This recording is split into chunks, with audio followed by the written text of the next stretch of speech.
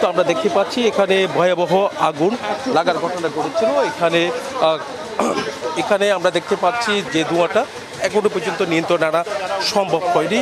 এখন চেষ্টা করছেন, দীর্ঘক্ষণ কিন্তু আসলে আগুন লাগার ঘটনা ঘটেছিল। কোল্ড স্টোরে কিন্তু আগুনটা লেগেছে, ভয়াবহ আকার ধারণ করেছে। ফায়ার সার্ভিসের উচ্চপদস্থ কর্মকর্তা তারা কিন্তু চেষ্টা করছেন আগুন নিয়ন্ত্রণে আনার, তারা চেষ্টা করছেন, কিন্তু এখানে যারা শ্রমিক আছে তারাও কিন্তু আটকা পড়েছে। এই ভবনের যে ভবনটি বিউটি ফুডসের একটি ভবন, এই ভবনের উপরে কিন্তু তারা আটকা পড়েছে। তাদেরকে নিরাপদে তাদেরকে সরিয়ে নেওয়ার জন্য ফায়ার সার্ভিস এবং কি যারা আছে তাদেরকে নিয়ে আসার জন্য তারা চেষ্টা করছেন। ভেতরের আগুন কিন্তু আগুন নিয়ন্ত্রণে আনলেই কিন্তু দেখা যাচ্ছে নির্বাপন করা এত সহজ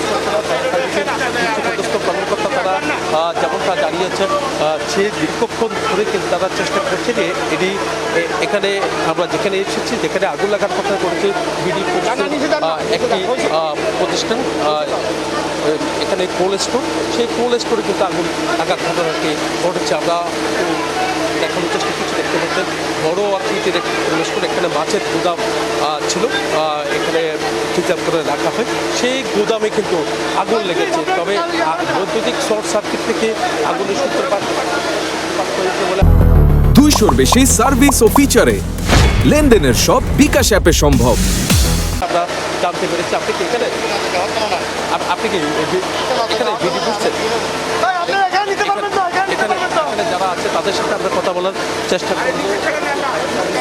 যারা চেষ্টা করছেন দ্রুত আগুন নিয়ন্ত্রণে আনার চেষ্টা তারা করছেন, এমনকি ফায়ার কর্মকর্তাদের সাথে আমরা ধোঁয়াটা আপনি দেখতে পাচ্ছেন।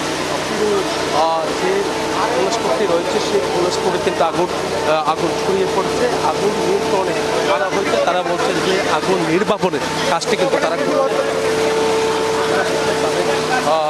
চেষ্টা কিন্তু তারা অব্যাহত রেখেছেন।